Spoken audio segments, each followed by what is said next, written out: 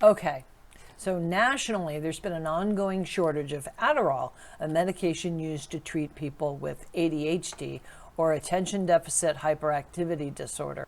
Public health officials, such as the FDA and the drug manufacturers, keep reassuring us that this shortage is just due to COVID-19 related manufacturing glitches and supply chain issues. But come on, a year later, and we're still being told it'll just be another month or two more? What gives?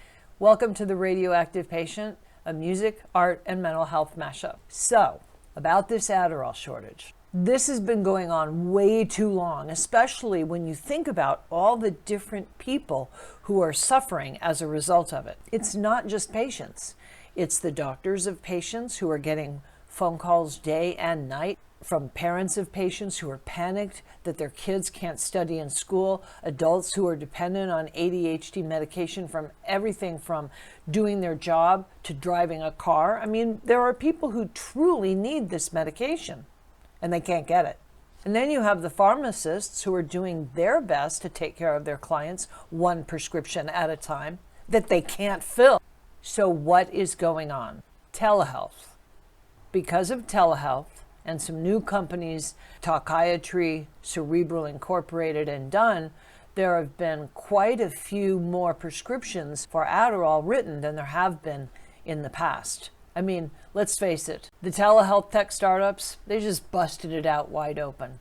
It's not just supply and demand, though. It's not that simple. You know why?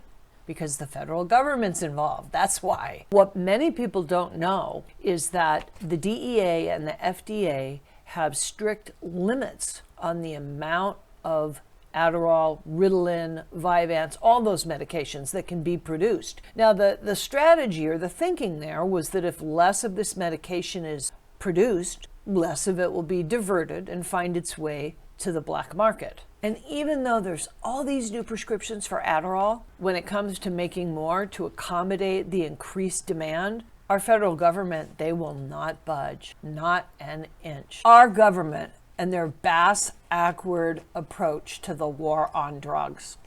Where were these limits on how much could be manufactured during the opiate epidemic? I'd like to know. Plenty of prescription painkillers found their way to the black market, that's for sure. So here we are in 2022, 2023, and we're in this year-long Adderall shortage, being reassured that it's going to be over soon.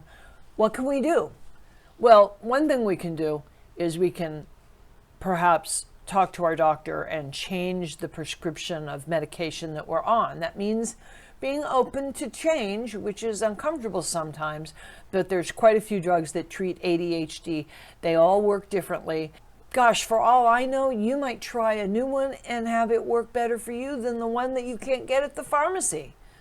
The other thing that you should know is that the DEA is proposing new limitations on the telehealth companies like Done and Talkiatry and Cerebral, and there's others out there too, making it so that a first-time patient that calls them is unable to get a diagnosis of ADHD and a prescription for ADHD medication. And the DEA is also looking at making it so that anybody that gets prescriptions like that needs to go in and see their doctor in person. Even if they're not dealing with a telehealth company like Talkiatry, they're talking to their longtime physician virtually because maybe he's 40 minutes away. Now they're going to have to go into the office every month to get their refills.